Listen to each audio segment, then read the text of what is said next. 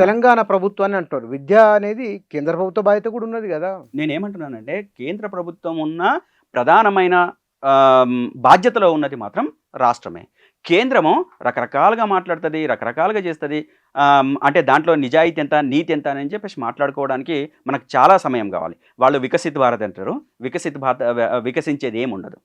ఆత్మనిర్భర్ భారత్ అంటారు, ఆత్మనిర్భరంగా ఉండే పని ఒక్కటి చేయరు. మీరు చూడండి, ఆత్మనిర్భర్ భారత్లో మనం గతంలో మొఘలులు మన దేశానికి వచ్చేసి గుడులను దోచుకెళ్ళి వాళ్ళు ధనం సంపాదించుకుంటే, మన దేశంలో వచ్చిన తర్వాత ఆత్మనిర్భర్ భారత్లో మన గుళ్ళు మనమే తయారు చేసుకొని మనమే నిర్మించుకొని దాంట్లో దొంగతనం కూడా మనమే చేస్తున్న పరిస్థితి మీరు చూస్తున్నారు. అయోధ్యలో 200 కోట్ల రూపాయలు దొంగతనం చేసిన పరిస్థితి లేదా? అదేవిధంగా వాళ్ళు విద్యా వ్యవస్థలో తీసుకొచ్చిన మార్పు ఏంది మీరు చూడండి.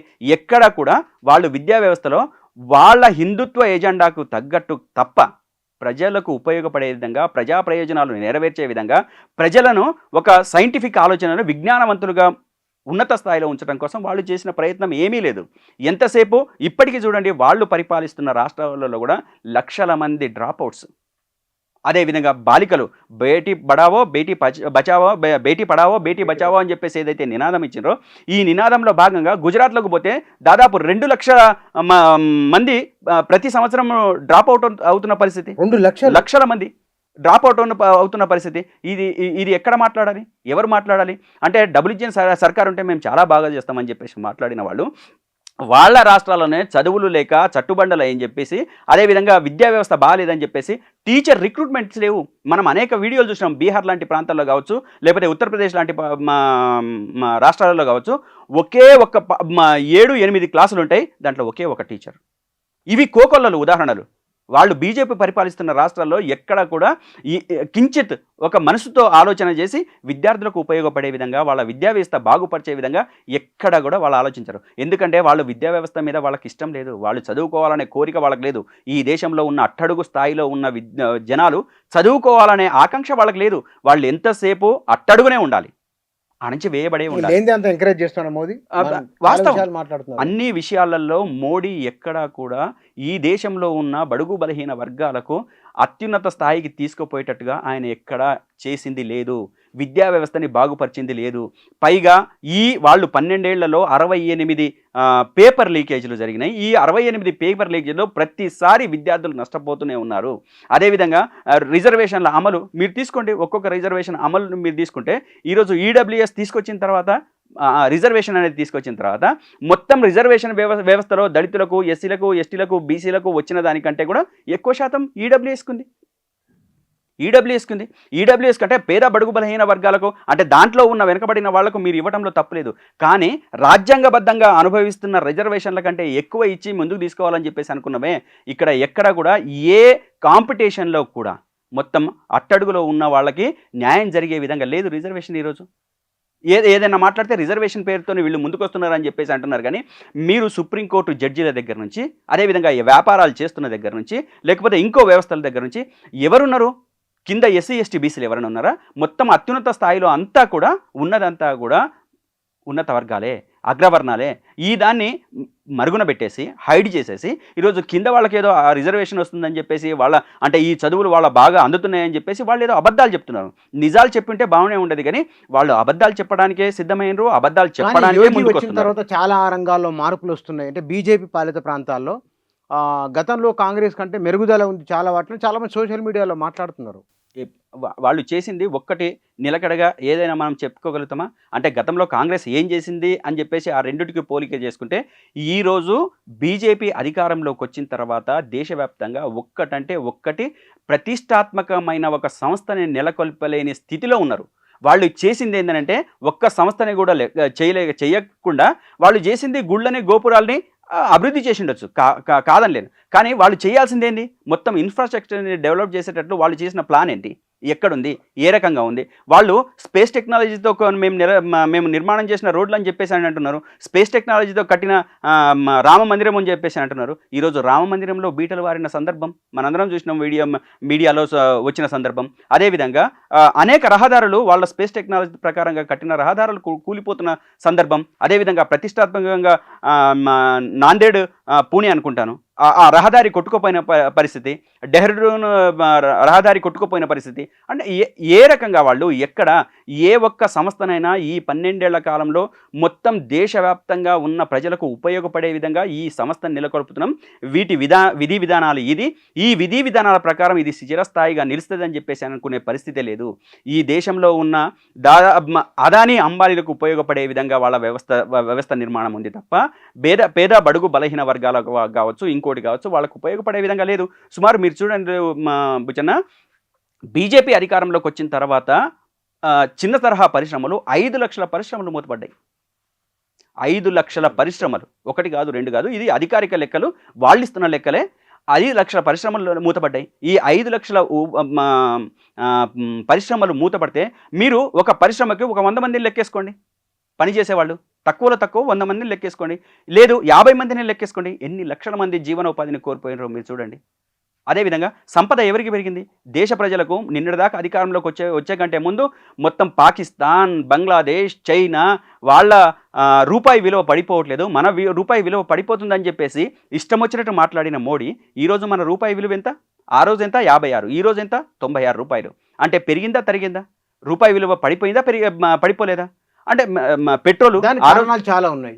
నేనేమంటున్నానంటే అట్లాంటి బట్టగాల్చి మీదే ఏడ్దు. అంటే వస్తున్న సామాజిక పరిస్థితుల కారణంగా కావచ్చు, ప్రపంచవ్యాప్తంగా ఆర్థిక సంఘాలలో వస్తున్న మార్పుల పరంగా కావచ్చు, అంటే హెచ్చు తగ్గులు ఉండొచ్చు కాక, కానీ మన దేశంలో పడిపోతున్న రూపాయి విలువ అంతకంతకు పడిపోతూ ఉంది, ఎంతకు దరిద్రంగా మారుతున్న పరిస్థితి ఉంటుంది. ఈరోజు ఏంది మేము జీడిపి పెరిగిందని చెప్పేసి మాట్లాడుతున్నారు. జీడిపి పెరుగుతున్న దాంట్లో ఎంత జీడిపి పెరిగింది అనేది కూడా మనం ఆలోచించాలా. పెరిగితే రూపాయి విలువ ఎందుకు పడిపోయిందని చెప్పేసి మనం ఆలోచించవచ్చు. అదే ఒకవేళ మన జీడిపి పెరిగి ఉంటే మొత్తం 60 ఏళ్ల పరిపాలన కాంగ్రెస్లో 60 లక్షల కోట్ల రూపాయల దేశ అప్పు అయితే కేవలం 12 సంవత్సరాల్లో అది బీజేపీ అధికారంలోకి వచ్చిన తర్వాత 200 లక్షల కోట్ల రూపాయలు అప్పు చేసింది. ₹1 ₹2 కాదు, 200 లక్షల కోట్ల రూపాయలు. ఇది నేను చెప్పిన లెక్క కాదు, ఇది స్వయంగా IMF చెప్పిన లెక్కలు. ఏం చేసినట్టు దాంతో అదే మేము అడుగుతున్నాం. అదే ఈ దేశానికి మీరు ఏం చేసిండ్రని 200 లక్షల కోట్ల రూపాయలు అప్పయింది అంటే వాళ్ళ దాంట్లో 8,000 కోట్ల కొన్ని వేల కోట్ల రూపాయలు ఈరోజు ప్రైవేట్ వాళ్ళు లేదా వాళ్ళు బ్యాంకుల నుంచి దోపిడీలు చేయటము, ఎగ్గొట్టి వెళ్ళిపోవటము, ఎగ్గొట్టిన వాళ్ళకు విదేశస్తులకు సాధారణంగా ప్రయాణం చేసే అవకాశం ఇవ్వటం, ఇటువంటివి జరిగినాయి. దాదాపు 11 మంది ఉన్నత స్థాయిలో ఉన్నవాళ్ళు, అదేవిధంగా గుజరాత్ కావచ్చు, యూపీ కావచ్చు, బీహార్ కావచ్చు లాంటి ప్రాంతాలలో ఉన్న వాళ్ళే ఈ దేశంలో ఉన్న అత్యున్నత బ్యాంకులలో వేల కోట్ల రూపాయలు ఎగ్గొట్టిపోయిన పరిస్థితి. ఇప్పటికీ కూడా వాళ్ళ మీద ఎటువంటి చర్యలు లేని పరిస్థితి.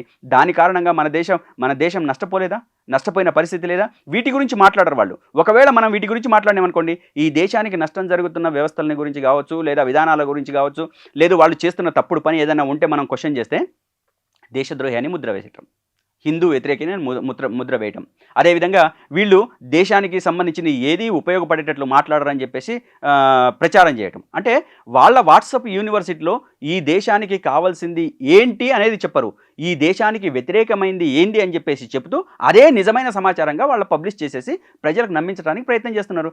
ఇప్పటికీ కూడా మోడీని దేవుడిగా భావించే వాళ్ళు ఉన్నారు. అంటే అదే మోడీ ఈ దేశానికి చేస్తున్న నష్టం గురించి చెప్పేవాళ్ళు అనేక మంది ఉన్నారు. ఏం జరిగింది, ఎట్లా జరిగింది లెక్కలతో, అంటే ఊహాగానాలతో కాదు, నమ్మకాలతో కాదు, విశ్వాసాలతో కాదు, విత్ ప్రూఫ్తో సహా ముందు పెట్టిన వాళ్ళు ఎట్టి పరిస్థితులలో కూడా వాళ్ళు అంగీకరించే పరిస్థితి. నరేంద్ర మోదీ వచ్చిన తర్వాత భారతదేశ పరువు ప్రతిష్ట పెరిగింది ప్రపంచంలో అని చెప్తున్నారు. నేను అదే అంటున్నా, భారతదేశ పరువు ప్రతిష్ట ఏ రకంగా పెరగాలి? ఒక జీడిపి పెరిగితే పెరగాలి. రూపాయి విలువ 96 నుంచి ఆ రాజు 36 రూపాయలు 46 రూపాయలు ఉంటే అది 10 రూపాయలకు వస్తే మనం సంతోషించాలి. దాన్ని ఖచ్చితంగా మోడీ విధానాలు చాలా మంచిది అని చెప్పేసి మాట్లాడతాం. ఎక్కడ ఉంది? ఎక్కడైనా ఉందా?